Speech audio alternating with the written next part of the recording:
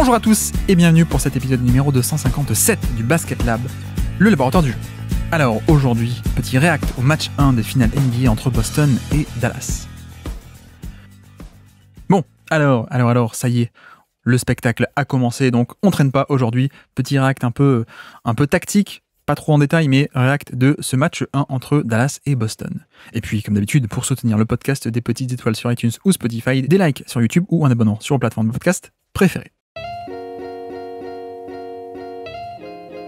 Donc, aujourd'hui, dans notre laboratoire de recherche sur le jeu, on va parler de ce match 1 entre Dallas et Boston, finale NBA 2024. Bienvenue dans le Basket Lab.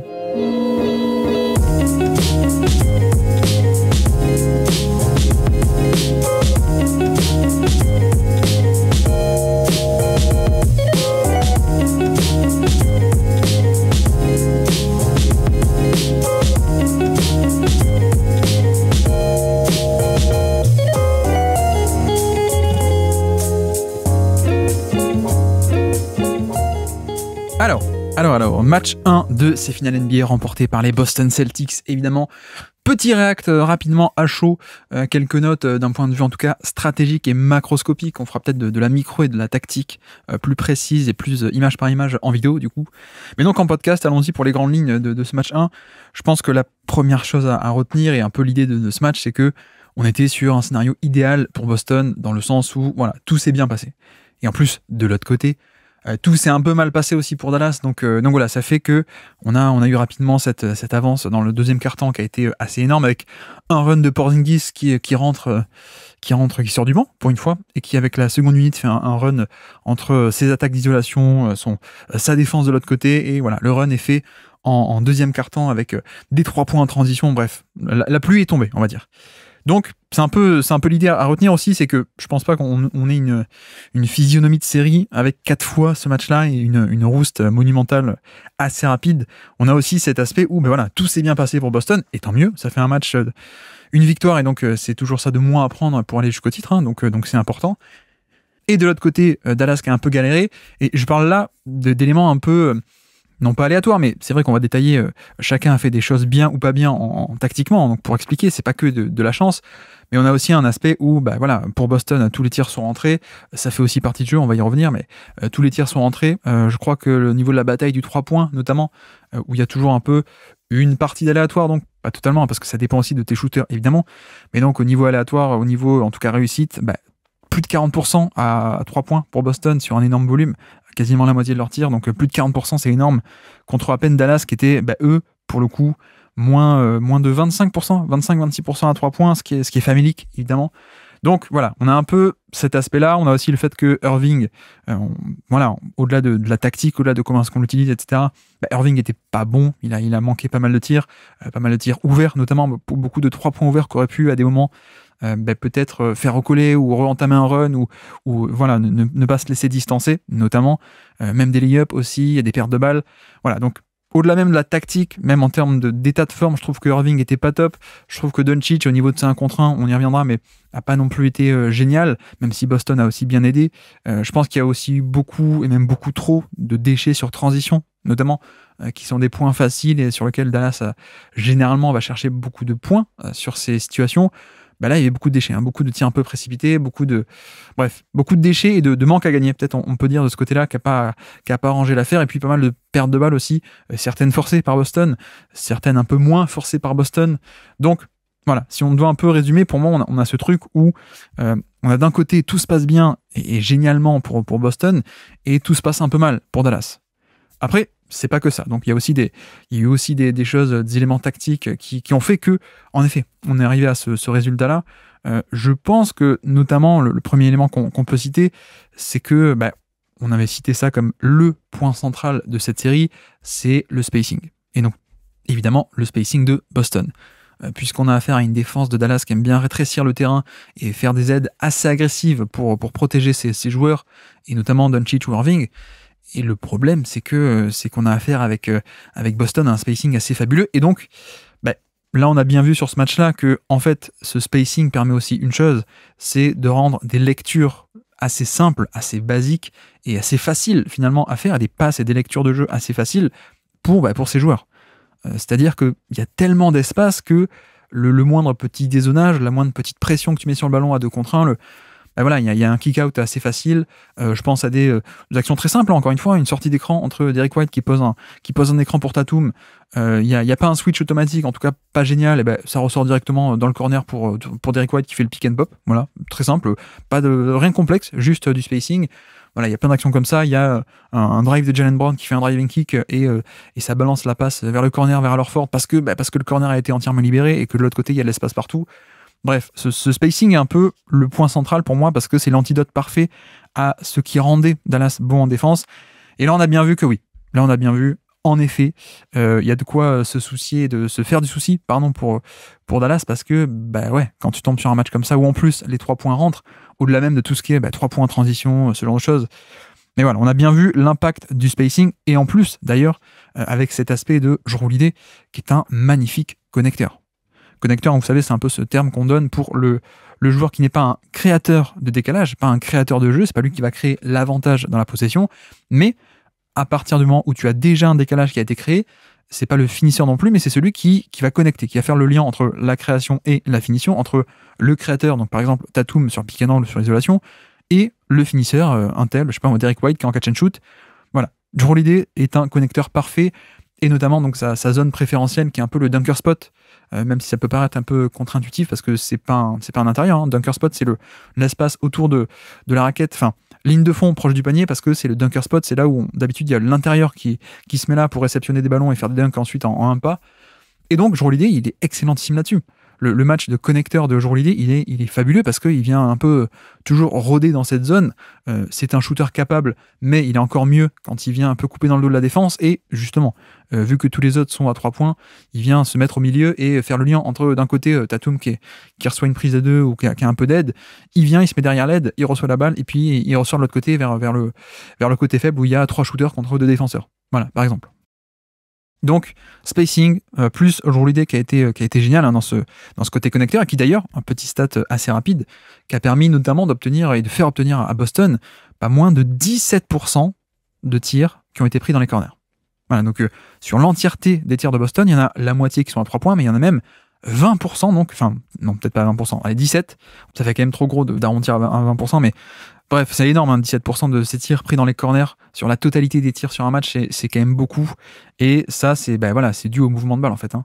C'est vraiment dû à ce mouvement de balle. Et on peut aussi revenir sur un point qu'on avait donné en preview, qui est comment est-ce que va se comporter donc cette défense de Dallas. Est-ce qu'on va être plutôt sur Boston de toute façon veut des switches. Ils veulent des switches, ils veulent des mismatchs. C'est leur façon d'attaquer. C'est comme ça qu'ils ont fait.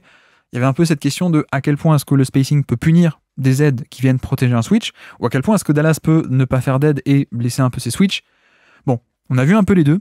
Notamment, on a vu que Porzingis, dès qu'on le faisait aller en plein milieu du jeu, c'est difficile de faire des prises à 2 parce que, encore au poste bas, tu peux l'imaginer, mais là, c'est pas du hasard. Hein. Manzula, il lui a donné des opportunités des switches, enfin, il l'a fait switcher, il lui a donné des post-up, ou des isolations, pardon, plutôt, en tête de raquette, et pas en post-up. Et donc, quelle est la conséquence? C'est que, en termes de géométrie du terrain, c'est pas pareil. T'es placé au cœur du jeu, et donc même un passeur qui est pas top comme Porzingis, si tu viens faire une prise à 2, non, c'est trop facile comme lecture. Surtout donc dans ce spacing. Et regardez bien, si vous allez voir, il n'y a quasiment aucun post-up, vraiment post-up dans la zone traditionnelle des post-up pour Porzingis. On n'a que des switches avec un pick and roll qui est fait tout en haut, un switch tout en haut, et puis je vais m'installer en tête de raquette. Voilà. Ça, c'est exprès pour pouvoir au cas où punir avec des prises à 2.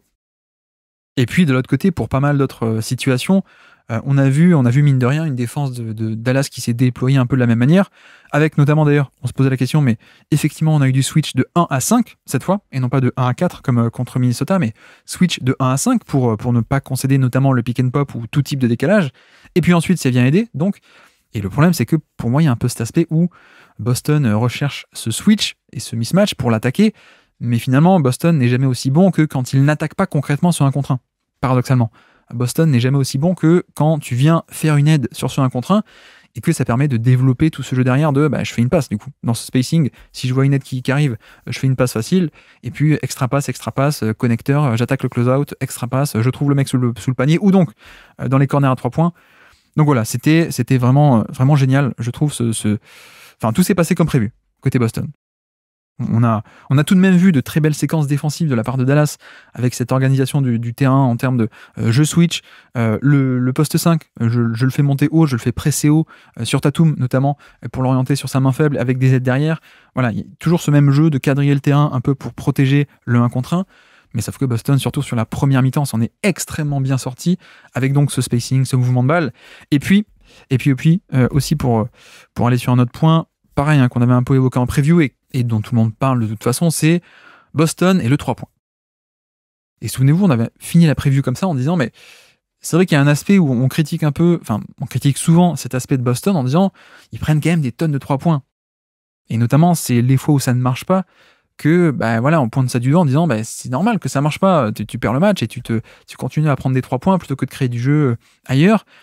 Voilà, c'est pas top comme philosophie, c'est le vivre et mourir par le 3 points, etc., etc. Et en effet, c'est une équipe qui a tendance parfois à ronronner dans le périmètre. Mais, donc voilà, on pointe souvent ce défaut du doigt quand ça marche pas. Bon, il se trouve aussi que, il y a des fois ça marche en fait. C'est tout le secret. C'est comme on avait dit, le double tranchant de ce 3 points, c'est que oui, parfois ça peut s'enrayer à une échelle collective et que t'as pas de plan B de aussi haut niveau que d'autres équipes NBA. Voilà, le drive de Tatum, le pick and roll de Tatum ou de Brown, c'est pas du pick and roll de Doncic, c'est pas du LeBron James ou autre. Donc t'as pas un plan B aussi fort que d'autres équipes. Donc oui, quand ça s'enraye le 3 points, c'est pas top. Mais par contre, on retient sans doute pas assez l'aspect où il y a des fois il y a aussi une déferlante de 3 points et qui rentre en fait. Parce que, notamment, on a quand même affaire à une escouade de shooters qui sont de très très haut niveau. Donc, c'est pas non plus une anomalie totale de voir que Boston est capable de faire des runs où, oui, ça prend beaucoup de 3 points et puis ça marche, quoi. Et ça, on le retient moins. On retient souvent dans la défaite le fait de dire, voyez, ils ont encore pris des tonnes de 3 points, ils n'ont pas pu créer de jeu, c'est pour ça qu'ils ont perdu. Ok, et c'est vrai. Mais il faut aussi souligner avec la même pondération, le même degré d'insistance, si je puis dire, les fois où ces 3 points rentrent et que ça plie le match. Là, ça a un peu plié le match, quasiment, parce que Dallas, ça fait y revenir, mais ça a quasiment plié le match dès le deuxième quart-temps, quoi. Et c'est pas une anomalie totale. C'est un peu une surréussite, mais on n'est pas à ce point en dehors de la norme, de la fourchette un peu normale de Boston, parce qu'il y a à ce point des bons shooters.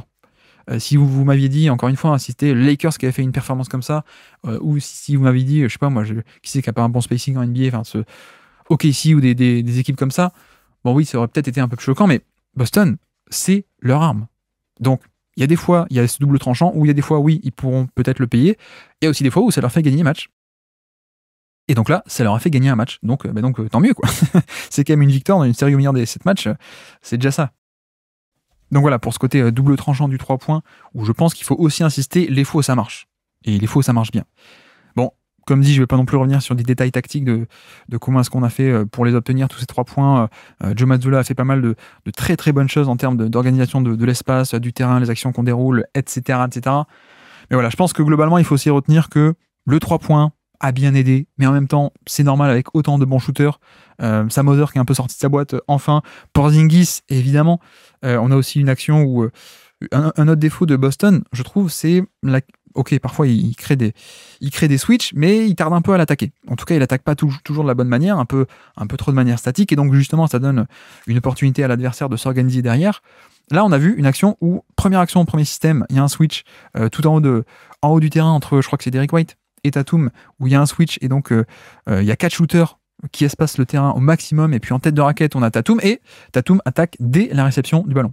On donne la balle à Tatum, qui est en plein centre du terrain, autour de 4 shooters, et donc 4 défenseurs aussi qui sont très loin. Et ce que fait Tatum, c'est qu'il reçoit la balle et directement, il attaque Irving. Voilà, un spin move directement pour donc empêcher que les aides puissent venir à temps. Et puis, deuxième action, on refait ce même pick and roll exactement. Et sauf que cette fois, Luka Doncic, je crois que c'est Doncic qui a un petit moment d'inattention ou alors qui surveille un peu Tatum parce que c'est le même système, qui donc dézone peut-être un peu trop et Porzingis dégaine à 3 points. Voilà, on fait la passe à Porzingis qui est sur l'aile et qui dégaine à 3 points pour punir ce dézonage. Donc voilà, je pense qu'il y a eu un très très bon équilibre là-dedans. En plus aussi de Porzingis, voilà, on parlait de réussite. Il n'y a pas eu que la réussite à 3 points. Il y a eu aussi un aspect de réussite pour Porzingis de j'ai des 1 contre 1, j'ai mes post-up et je les ai tous mis en fait sur cette première mi-temps notamment où il avait un switch, il pouvait le punir et voilà. Et on sait que parfois ça va pas tout le temps rentrer avec ce taux-là, mais bah là c'est rentré, donc tant mieux. Donc là aussi ça a participé peut-être ce côté un peu réussi. J'ai trouvé aussi que en transition ils avaient été assez bons, même si les chiffres de fin de match n'ont pas l'air de montrer ça, mais parce que bref, au niveau des stats, il y a un peu des problèmes. Qu'est-ce qui est une transition, qu'est-ce qui est pas une transition? Mettons ça de côté, restons sur l'impression terrain et sur l'analyse terrain. Effectivement, il y a eu pas mal de séquences de transition où je pense que là Boston a gagné un peu ce terrain-là et donc est allé chercher pas mal de points en plus avec. Voilà, on a parlé de l'autre côté, Dallas qui d'habitude aime bien ça, et là il y a eu beaucoup de déchets en transition. Bah, de l'autre côté, c'était pas le cas. Boston, ils ont su accélérer, ils ont su obtenir les 3 points assez rapidement et les mettre. Je pense à un de Jrue Holiday en tout début de match. Je pense à un tir dans le corner de Sam Hauser qui fait n'importe quoi, qui prend un tir complètement dingue et qui le met. Et ça participe à ce fameux run de la première mi-temps pour créer une avance de plus de 20 points. Bref, transition, très bon. Il y a eu aussi en fin de match un Jrue Holiday qui attaque en transition, je crois que c'est PJ Washington, et qui attaque PJ Washington qui va jusqu'au cercle pour un panier facile. Bref, là-dessus, Boston, transition géniale. Et puis même aussi, au niveau des rebonds offensifs, j'ai trouvé, même si là encore, en termes de total brut de fin de match, il n'y a pas plus que ça, que Dallas, au final, mais j'ai trouvé que eux, il y a eu un aspect de rebond offensif sur certaines actions clés, et surtout derrière, tu arrivais à obtenir les points. Et ça, c'est ce que n'a pas réussi tout le temps à faire Dallas, mais voilà, il y a un peu ce côté où une bonne possession défensive était un peu gâchée parce que rebond offensif, et puis derrière, panier à 3 points ou panier à 2 points. Voilà, Boston a été plutôt pas mal aussi, donc pour grappiller un peu des points ailleurs, quoi. Un peu de transition, un peu rebond offensif, et un peu punir cette défense de Dallas. D'ailleurs, avec un aspect aussi de, justement, comment est-ce qu'on obtient aussi pas mal de rebonds offensifs, c'est quand on fait une défense sur Tatum où on vient amener un autre homme, un deuxième homme, en second rideau, en pré-rotation, ça veut dire que, notamment, s'il vient depuis le corner opposé, par exemple, ce défenseur-là n'est plus sur son attaquant dans le corner. Donc, je dis n'importe quoi, mais si c'est Gafford qui dézone et qui vient boucher le terrain pour empêcher Tatum d'être à 1 contre 1, ça veut dire que Derrick White est totalement libre de pouvoir attaquer le rebond offensif ensuite. Il n'y a pas de box-out. Donc ça a aussi participé, cet élément tactique de attaquer le rebond offensif pour punir les dézonages et les aides les pré-rotations sous le panier. Voilà, c'est le contre-move un peu parfait. Donc voilà pour Boston. Bon, Jaylen Brown aussi qui a été excellentissime sur ce match-là également. Je pense qu'il y aurait pas mal de trucs à dire, mais voilà, ça a très bien fonctionné côté Boston, avec donc cette réussite à 3 points notamment, et ce jeu qu'on a réussi à développer pour un peu contrer les schémas de Dallas. Après, je pense tout de même qu'on peut dire c'est pas une performance offensive explosive non plus de la part de Boston. C'est pas genre ils ont fait un 140 ou 150 de offensive rating, donc points par 100 possession sur ce match 1, et puis Dallas n'a pas pu suivre. Non, c'était une bonne performance offensive, pas géniale mais une bonne. Le problème, c'est surtout que Dallas n'a pas pu suivre parce que leur propre attaque a été très mauvaise. Et là encore, il y a une partie de défense de Boston, ok. Il y a aussi une partie pour moi de Dallas qui était pas bon en fait intrinsèquement, et eux-mêmes ils n'ont pas toujours été bons. On a dit Irving qui a pas été bon sur ce match-là. Il y a un moment où vous savez il arrive à punir Al Horford sur un move sur switch là. Il fait un dribble de folie, il va jusqu'au panier, et même Al Horford il lève la main, il fait ouais désolé les gars, non mais Al Horford t'as pas à t'excuser, personne n'aurait pu le contrer ce move, et là on se dit ah tiens, Kyrie débarque dans ce match, il va peut-être les aider, et en fait non, Irving a été assez mauvais, Doncic aussi, mais je pense que la clé du match, et ça vient un peu confirmer ce qu'on avait avancé comme hypothèse en preview, c'est le fait que Boston est arrivé à dicter le jeu du pick and roll de par son jeu de match-up. C'est-à-dire que pourquoi est-ce qu'on n'a pas eu comme d'habitude un Luka Doncic qui va attaquer le drop de Porzingis, pourquoi est-ce qu'on n'a pas eu Derek Lively ou Gafford qui ont des tonnes de alley-oop? Pourquoi? C'est parce que Boston ne l'a pas autorisé ça. Boston a fait le coup classique, on s'y attendait, on l'avait un peu vu en saison régulière déjà, donc on en avait parlé, de finalement mon pivot je vais pas le mettre sur le pivot adverse, je vais juste le mettre sur un non-shooter. Et donc c'était Al Horford sur Derrick Jones Jr. par exemple, ou alors Porzingis sur Josh Green, et ce qui fait que forcément Dallas tu dois choisir, est-ce que j'attaque Porzingis qui est friable face à Doncic, ok, mais j'ai pas du tout une bonne option ni de pick and pop ni de pick and roll, parce que le non-shooter il a pas trop de shoot, et donc pas de pick and pop, et il a pas non plus la taille et les verticalités d'un vrai pivot, ou alors je vais attaquer avec un vrai pivot, mais un switch aussi. Voilà, on pratique un switch du coup, donc on n'a pas forcément autant de rôles assez libres au panier. Bref, donc ça a été magnifiquement neutralisé cette option, et c'est notamment de par le switch et notamment de par le jeu des match-up. On laissait pas les intérieurs de Boston sur les intérieurs de Dallas qui pouvaient faire autant de dégâts et amener autant de dangerosité sur les lobes. Donc première chose. Et puis voilà, même quand ça ne faisait pas un switch, comme on avait dit aussi, Boston a un peu cette valve de décompression en mettant l'intérieur sur un non-shooter. C'est-à-dire que sur le pick and roll, on peut mettre de la pression sur le ballon, donc 2 contre 1 sur Luka Doncic, parce qu'on sait qu'on a cette valve de décompression, donc si on met de la pression sur le ballon, on peut la relâcher ailleurs, parce que si on offre un décalage de pick and pop à Derrick Jones Jr. ou à Josh Green, c'est pas grave. On n'a pas besoin de faire le close-out très agressif sur lui. Donc, ça permettait aussi parfois de varier, pas que des switches, mais donc de mettre parfois de la pression 2 contre 1 sur le ballon sur Doncic, en libérant, en laissant ouvert quelqu'un, mais sachant que Doncic ne va pas lui faire la passe, ou même s'il l'a fait, ça va pas être dangereux pour le pick and pop, et sachant en plus que, comme dit, il n'a pas l'option non plus de lob de alley-oop, parce qu'au niveau des match-up, on a un peu joué avec ça. On a mis Tatum sur le pivot, et on a mis le pivot de Boston sur un extérieur de Dallas. Avec d'ailleurs ce truc un peu fun où Jason Kidd s'attendait à ça, et donc quel est le tout premier système du match qui est appelé? C'est un post-up de Gafford pour Tatum. Voilà, on s'attendait à ça, et donc on dit bon allez, on rentre directement dans le match et on va le punir, on va essayer de le punir de suite, vu qu'il fait pas le point, il fait pas la taille, c'est juste un jeu de match-up par rapport au switch et par rapport au pick and roll, mais effectivement si on peut le punir au post-up, ça peut aider quoi. Bon voilà, petite anecdote, petit fun fact sur ce premier système du match, mais voilà la clé pour dézoomer c'est le fait que Boston est arrivé à parfaitement donc neutraliser les deux forces Dallas qui sont le lob, on l'a dit, le alley-oop, exactement comme d'ailleurs OKC l'a fait. Franchement, je pense que la défense de Boston ressemble beaucoup à ce qu'a fait OKC au deuxième tour, même si OKC n'avait pas l'attaque pour gagner la série, mais voilà. Et puis l'autre aspect, donc pas de lob, mais l'autre aspect, c'est aussi pas de corner à 3 points. Et Dallas, on l'a répété pas mal de fois ces dernières semaines, Dallas, leur force, c'est d'obtenir des tonnes de tirs à 3 points, mais des 3 points dans les corners, qui sont des tirs plus faciles. C'est notamment pour ça que, différence avec OKC, pourquoi est-ce que ça a autant brillé les shooters face à OKC? C'est parce que, quand tu prends des tonnes de 3 points dans les corners plus faciles, plus proches du panier, c'est pas pareil que des 3 points sur l'aile, ou des 3 points des pick and pop en tête de raquette.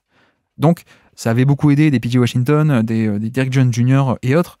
Et là, c'est vrai qu'on était à 3% de tirs de Dallas qui ont été pris dans les corners. À peine 3%. Contrairement donc à d'habitude où on oscillait entre 15%, 17%, 20% parfois contre OKC ou contre Minnesota, où voilà, on arrivait à créer du chaos dans la défense et swing, extra pass, et on trouvait le tir dans le corner. Voilà, c'est aussi ce qu'on a vu contre Minnesota où dès qu'on faisait une prise à 2 sur Luka Doncic, il ressortait, Derek Lively qui recevait la balle, extra pass, et on trouve le 3 points dans le corner. Là, on n'a pas eu ça. On n'a pas eu ça du tout. Boston est arrivé à très très bien gêner et fermer les corners, donc avec une certaine maîtrise de où est-ce qu'on aide et comment est-ce qu'on aide, en fait. C'est ça aussi la clé, c'est qu'on n'est pas obligé de faire un close-out sur un mec, un non-shooter ou un shooter moyen qui fait son pick and pop. On peut aussi rester dans le corner et laisser ce tir ouvert. Vous regardez, il y a pas mal de fois où Joe Holiday qui est sur Irving, lui, les close-out, il les fait pas trop, quoi. S'il y a un shooter qui est ouvert sur l'aile et que lui, il est dans le corner avec Irving, il fait pas le close-out. Il reste sur le meilleur shooter qui est Kyrie, évidemment. Donc voilà, ça c'est les 2 points clés pour moi, c'est le profil de tir qui a été autorisé. Encore une fois, je veux pas trop développer ici parce que en termes de micro-tactique, peut-être on fera ça en vidéo, ce sera plus digeste. Mais autre point aussi, donc le switch, c'est assez important. Vous savez que Boston fait beaucoup de switch, ils sont en switch all. J'ai trouvé que à la fois Irving et Doncic n'ont pas été top sur ces switches. Il y a aussi l'aspect que c'était pas des switches totalement abandonnés en 1 contre 1, c'était forcément un switch où on change sur l'écran pour ne pas offrir de décalage, ok, mais derrière Boston vient aider, avec des aides en tête de raquette, avec des aides sous le panier. Bref, ça venait aussi boucher le terrain, boucher l'espace et aider sur les 1 contre 1. Mais j'ai trouvé que Doncic, pour le coup, n'a peut-être pas assez forcé sur un aspect de drive pour les punir et pour les titiller à Horford là où il est moins bon, c'est-à-dire la mobilité sur les drives. Alors qu'au contraire, à Horford, sachant qu'il a de l'aide derrière, il peut totalement presser très haut et contester le pull-up à 3 points. Donc, j'ai pas beaucoup aimé ce match de Doncic, où il fait un grand match, mais il y a toujours des fois où tu te dis, il y a peut-être un peu trop de pull-up à 3 points sur ce genre de situation, même si ça se comprend, parce que en même temps, parfois c'est peut-être pour lui la bonne option, la bonne action à faire, de dire je prends le pull-up parce que plutôt que d'aller me frotter à un deuxième, un troisième défenseur qui m'attend dans la raquette, peut-être. Mais voilà, c'était aussi un aspect, ce côté switch qui n'a pas été très bon pour Doncic et encore moins pour Kyrie. Et puis à noter aussi défensivement la protection de panier de Porzingis, vraiment qui a été très haut niveau, avec là encore tout un jeu un jeu de match-up qu'on a évoqué par rapport au pick and roll et par rapport au ballon tout à l'heure, là, à l'instant, mais qui a aussi permis ce jeu de match-up et de switch off-ball de garder Porzingis proche du panier, en fait. Et pas impliqué sur le ballon, justement, mais aussi proche de l'arceau. Et on a vu, je crois que c'est un de ses meilleurs matchs qu'on a vu de mémoire récente au niveau de la protection du panier, où on a vu toute sa taille et sa verticalité qui ont affecté des tonnes et des tonnes de tirs au panier. Notamment donc le fameux run de la première mi-temps où il enchaîne les isolations et de l'autre côté il enchaîne les contres et la verticalité au panier, les aides et la protection du cercle. Donc voilà, ça a vraiment été un élément crucial de ce match qui a beaucoup participé à ça parce que Dallas finalement ils ont un peu ce côté où je suis capable d'aller au panier, pas tant que ça, mais quand j'y vais je suis très efficace. Bah là ils l'ont pas été tant que ça, ils ont shooté à 64% au panier sur ce match-là, à la fois des catch and finish, des drives, de tout à peu près. Et on a vu que voilà, Porzingis et sa longueur ont pu affecter sur des cuts, sur des pick and roll, sur la protection deuxième rideau depuis le côté faible, même sur la transition. On a vu aussi des actions en transition. Donc voilà, Dallas en général, ils vont pas des tonnes au panier, mais quand ils y vont, ils sont généralement élites. Bah là, c'était pas le cas. Donc c'est là où c'est un peu dur, c'est que finalement, on a eu un peu une attaque qui a été qui s'est retrouvée un peu engluée, je trouve. Donc voilà, au final, ça fait une pas top efficacité au panier, ça fait une très très mauvaise efficacité à 3 points, une plutôt mauvaise aussi efficacité sur les longs tirs de points des stars. Bon, bah ça donne un offensive rating et une performance offensive qui est assez famélique sur ce match-là. Sur ce match, on est à 96, 97 plutôt, enfin, si on arrondit à 97, c'est dans le 7e centile. Donc à peine mieux, cette performance, à peine mieux que 7% de tous les autres matchs NBA, et donc pire que, si on calcule rapidement, pire que 93% des matchs NBA. Voilà, donc autant dire une performance offensive très très faible, en effet. Et en fait, le truc, il y a un point que je voulais aussi aborder, c'est, vous avez sans doute dû voir tourner la stat, mais c'est Luka Doncic n'a fait qu'une passe décisive. Et donc, en général, il y a aussi un commentaire qui va avec ça, et une manière de présenter cette stat pour dire « Ah, ben vous voyez, Boston a fait les bons schémas, c'est-à-dire qu'ils l'ont laissé scorer, ils n'ont pas fait d'aide sur lui, comme ça ils ont pu le laisser scorer, mais complètement neutraliser son playmaking. » Il y a un peu cette idée-là qui commence un peu à tourner là. Aujourd'hui, je vois sur les réseaux et un peu partout il a fait qu'une passe parce qu'en fait, on l'a complètement, on n'a pas aidé sur lui, on l'a laissé opérer en 1 contre 1, et donc il a pu scorer, ok, mais il n'a pas pu faire de passe parce que tout le reste était fermé. Bon, c'est une analyse qui pour moi est totalement fausse. Parce que concrètement, on voit sur les images que, non, c'est pas du tout que Boston n'a pas aidé. C'est surtout que Boston a bien aidé. C'est une différence qui est quand même assez énorme.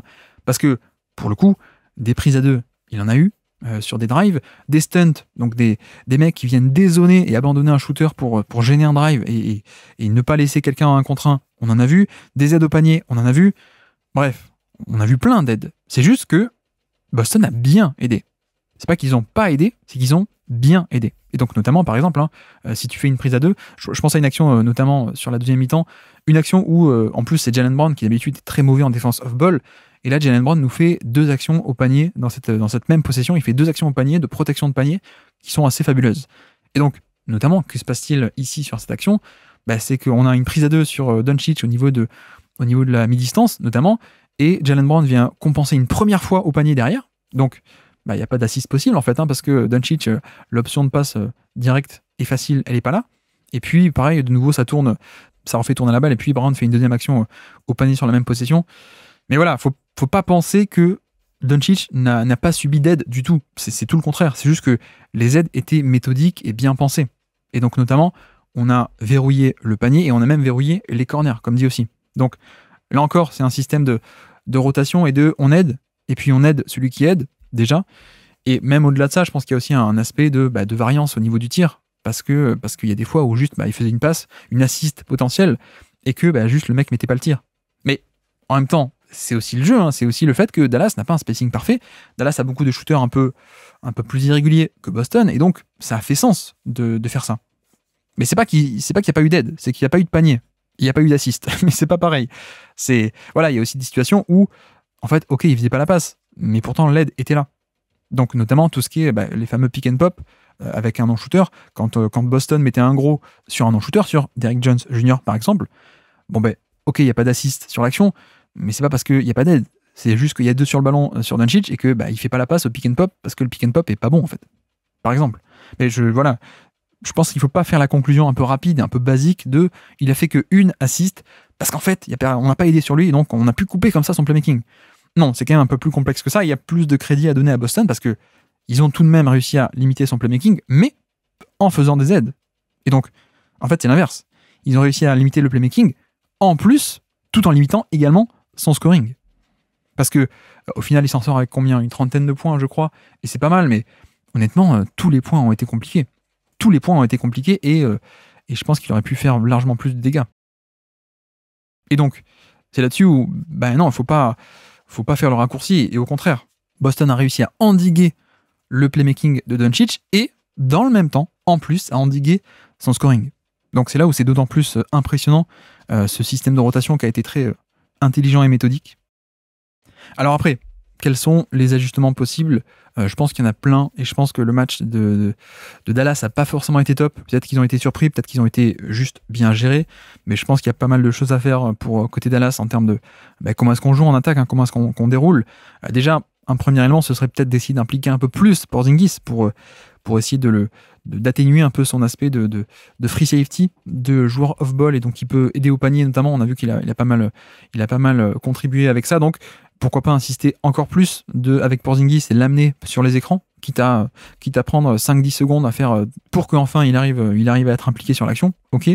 Pourquoi pas aussi beaucoup plus d'écrans posés très haut. C'est un truc qu'on n'a pas trop vu sur ce match-là, bizarrement. Des écrans posés très très haut pour attaquer Porzingis, l'attaquer dans son dos, ou alors même Horford. Hein. Si Horford veut faire des switches, c'est quand même difficile de faire des switches au niveau de la ligne médiane. C'est aussi un contre-move assez évident, le côté écran posé très très haut. Je pense aussi que l'organisation du terrain, ça va être le point central, parce que maintenant que Boston a joué sa carte avec ses rotations, avec je fais des stunts, je viens aider, je protège le pick and roll, je protège l'isolation, etc. Maintenant il faut que Dallas et John Kidd répondent en termes de comment est-ce qu'on s'organise. Comment est-ce qu'on organise l'espace autour de Doncic ou de Irving pour que ces aides soient punies. Donc voilà, il y a toujours un peu des trucs à faire, du genre à une passe près de l'action, on met personne sur l'aile, on met juste Irving dans le corner qui est un bon shooter, et donc s'il y a une aide, ça fait une passe facile, directe, pour un bon shooter dans le corner. Voilà, par exemple. Mais même en termes d'organisation de spatiale plus générale, je pense qu'il y a mieux à faire, où ce match-là, on a été un peu... si on n'a pas pu générer autant de tirs à 3 points dans les corners, c'est que c'était pas bien organisé cet espace, et qu'on n'a pas pu attaquer, même en sortie de dribble, même l'extra passe, voilà. Tout ça, on peut faire mieux, je trouve. On peut faire beaucoup mieux. Autre point, je me demande à quel point est-ce que Maxi Kleber, en poste 5, pourrait pas être beaucoup plus utilisé, parce qu'on a vu que, c'est un poste 5 qui shoot, et donc ça peut avoir des conséquences assez grandes en termes de spacing, justement. On a eu quelques séquences comme ça où ni Gafford ni Lively n'étaient sur le terrain, c'était plutôt Maxi Kleber en 5, et on avait un spacing dans ces séquences-là qui était assez grand, quoi. Alors, ça n'empêchait pas Porzingis d'abandonner Maxi Kleber parfois, mais en l'occurrence, ça avait quand même un espace de base, et ensuite, ça pouvait, si Porzingis vient aider, tu fais extra passe, et puis ça punit, quoi. Ça peut punir. Donc, j'ai hâte de voir ça, parce que je pense que ça peut être un élément assez intéressant et assez important, ces séquences Maxi Kleber en poste 5, qui peut à la fois prendre le shoot, ou alors attaquer aussi en sortie de dribble, s'il y a un close-out sur son shoot. Donc à surveiller, vu que, en plus, d'autant plus, que l'option de lob de toute façon ne sera pas disponible, hein, l'option de alley-oop et la verticalité au panier, vu que ça c'est pas disponible, quel est l'intérêt de rester avec beaucoup de minutes de Gafford ou Lively, sachant qu'en plus de l'autre côté, Kleber peut faire le spacing, Kleber peut attaquer en close-out, peut faire du connecting, et même en défense, la défense de périmètre de Kleber, elle est quand même meilleure que Gafford. Donc, à voir, parce que on pourra avoir plus de séquences Kleber en poste 5 très intéressantes. Et puis même en termes de système, je pense qu'on a aussi déjà vu beaucoup mieux de la part de Dallas. Où étaient un peu les double drag, où étaient les Spain pick and roll, où était le post-up aussi. Si ça marche pas d'attaquer un peu de loin du panier, où il y a des aides qui viennent, pourquoi est-ce qu'on n'a pas plus insisté sur des post-up de Luka Doncic? Parce que si t'as une prise à 2 au niveau du post-up, on est déjà plus proche du panier, donc ça peut aussi être plus facile de faire des passes ou de trouver l'ouverture, etc., etc. Je pense que même si Boston veut faire un switch all, ce serait pas une mauvaise idée de continuer tout de même à dérouler un peu plus de système, notamment comme dit le double drag, le pick and roll à 2 écrans, on l'a pas trop vu. Bon, ok, Boston pourrait switcher, mais est-ce que tu peux pas aussi faire des variations à partir de ça? À partir de ce double drag, tu fais ensuite 2 écrans, et puis ensuite un shooter qui remonte, ou un back screen, enfin bref. Je pense que Kidd pourrait apporter un peu plus de complexité à cette attaque, à la fois en termes de système, mais aussi en termes d'organisation et de l'espace. Voilà, organisation du terrain. parce que là c'était pas top et on s'est un peu laissé engluer. Donc voilà pour les ajustements possibles et on suivra ça évidemment match 2, maintenant qu'on sait comment est-ce que Boston veut défendre. Et donc, j'ai même pas dit, mais contrairement à la régulière, en effet, où ça laissait des 1 contre 1 un peu tout seul, bah non, là c'est 1 contre 1 et on vient aider. Donc changement majeur évidemment. Et puis qu'est-ce que j'avais noté sur ma fiche, dernière note, oui, la défense sur Tatum, j'ai pas mal aimé la défense de Dallas sur Tatum, qui a pas non plus fait un gros match, hein, Jason Tatum pour le coup, mais j'ai beaucoup aimé les schémas qu'ils ont utilisés, avec bon, du switch, mais parfois un peu du switch avec de la pression, ou parfois ça pourrait ressembler un peu à du edge, où on fait un switch mais on traîne un peu sur l'écran. Le mec qui abandonne la responsabilité de Tatum, donc il switch, ok, mais il traîne un peu par là, et donc ça fait une espèce de prise à deux momentanée. Un peu comme d'ailleurs on faisait avec SGA à l'époque au deuxième tour. Ça a été fait un peu comme ça aussi, l'espèce de switch and stunt, ou des trucs comme ça. Et on a vu que, ben ouais, hein, les lectures de Tatum, elles sont pas parfaites. Hein. Les lectures de Tatum, elles sont pas toujours bonnes. Il y a eu pas mal de déchets, je trouve, pas mal de mauvaises passes, pas mal de passes qui arrivent pas forcément de manière très précise. Et je me demande à quel point est-ce que ça peut pas être un truc sur lequel on peut insister. Avec d'ailleurs, pourquoi pas aussi, même si Dallas c'est pas très chaud d'habitude pour faire ça, mais pourquoi pas faire une prise à deux, plus amener un 3e homme dans l'action pour couvrir le pick and pop. Parce que si tu ne switches pas, a priori, ça veut dire que tu laisses ouvert le pick and pop. Donc pourquoi pas ramener un 3e homme dans l'action. C'est ce qui a été fait à un moment donné avec un scram switch ensuite, où tout le monde, en fait, c'est une rotation à plusieurs, où le A va sur le B va sur le C, le C va sur le D, et le D va sur le A, etc. Voilà, une espèce de rotation en boucle comme ça, pour essayer de compenser ce genre de scram switch.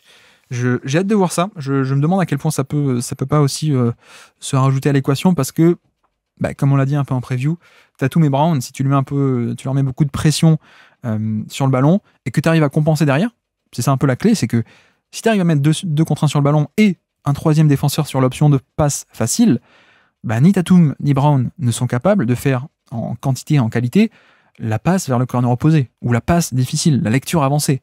Donc, voilà, on a vu quelques séquences comme ça, où la pression c'était pas du blitz, hein, c'était pas du trap hyper agressif, mais voilà, 2-3 fois on a vu un peu de pression mais sur le ballon par rapport à Tatum, et ça a bien marché. D'autres séquences aussi où, comme dit, switch de 1 à 5 et ça switchait sur Tatum, et Lively ou Gafford, ça pressait très haut, et puis ça l'incitait à aller sur sa main faible. Donc ça a été aussi bien joué, parce que ça incite à aller sur la main faible avec quelqu'un qui attend derrière. Donc ça c'était pas mal.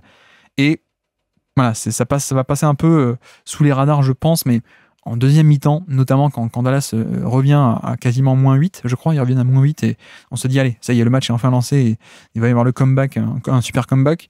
Il y a des séquences défensives de très très bon niveau, pour le coup, de la part de Dallas, avec ce fameux quadrillage du terrain, les rotations, venir aider, protéger le switch, etc. etc. Ça n'a pas été parfait tout le match, mais il y a des séquences de deuxième mi-temps qui sont quand même de très très haut niveau. Et puis, dernier point que j'avais noté, oui, en termes de rotation à Boston, qui joue pas, déjà on a vu que Pritchard a moins joué que ce qu'on aurait pu penser, et d'ailleurs il était un peu derrière Sam Hauser dans la rotation. Donc ce premier duel de rotation de hiérarchie à Boston, on a vu que Sam Hauser a joué, parce que 3 points, et parce que peut-être en termes de taille il est plus grand, donc un peu plus viable défensivement, alors que Pritchard, qui est plus petit, on a vu sur les matchs de régulière qu'il s'était fait largement cibler par Doncic, et c'était un peu trop facile. Donc Sam Hauser est passé un peu devant dans la rotation, en tout cas sur ce match-là, en début de match. Et puis, autre confirmation aussi, on se posait la question, est-ce que ce sera Cornet en backup 5? Est-ce que ce sera Tillman? Ou est-ce que ce sera personne? La réponse était personne. Voilà, on a réduit la rotation, et à la fois Cornet ou Tillman aurait été un peu trop friable sur pick and roll, switch ou drop, face à Doncic ou face à Irving. Donc, on a resserré la rotation, et c'est soit Porzingis, soit Al Horford, et puis pour l'instant, on en reste un peu là. Donc voilà, niveau rotation de Boston, pardon. Et donc voilà pour ce petit react de ce match 1 des finales NBA. Comme dit, restez connectés, puisqu'on va se faire peut-être des décryptages tactiques plus précis et plus en détail dans les prochaines heures ou prochains jours. Mais voilà pour ce petit react du match 1 des finales NBA remporté par les Boston Celtics. Merci à tous d'avoir suivi cet épisode, j'espère que ça vous aura plu. Donc voilà pour ce tout petit react du match 1. Encore une fois, je le précise, mais un peu à l'échelle stratégique, un peu en dézoomant à une échelle macroscopique, et rester connecté pour soit peut-être des Twitch ce soir ou demain, je ne sais pas, ou peut-être des vidéos YouTube pour décrypter cette fois à l'échelle un peu plus microscopique tout ce qui est détails tactiques, parce qu'il y a pas mal de choses à dire, pas mal de choses à montrer, surtout en vidéo, donc je pense qu'on va essayer de faire ça si on a le temps. Donc rendez-vous très bientôt sur YouTube ou Twitch. Et puis en podcast, je ne sais pas, mais je pense que je me doute qu'on fera sans doute un podcast post-Game 2 au minimum, donc d'ici 2-3 jours. Et donc, sur ce, je vous remercie de m'avoir écouté jusqu'au bout. Un grand merci pour toutes vos petites étoiles partout, tout le temps, vos soutiens, votre soutien, vos RT, etc., etc. Ça fait très plaisir. Merci beaucoup. Et moi, je vous dis à très bientôt. Ciao.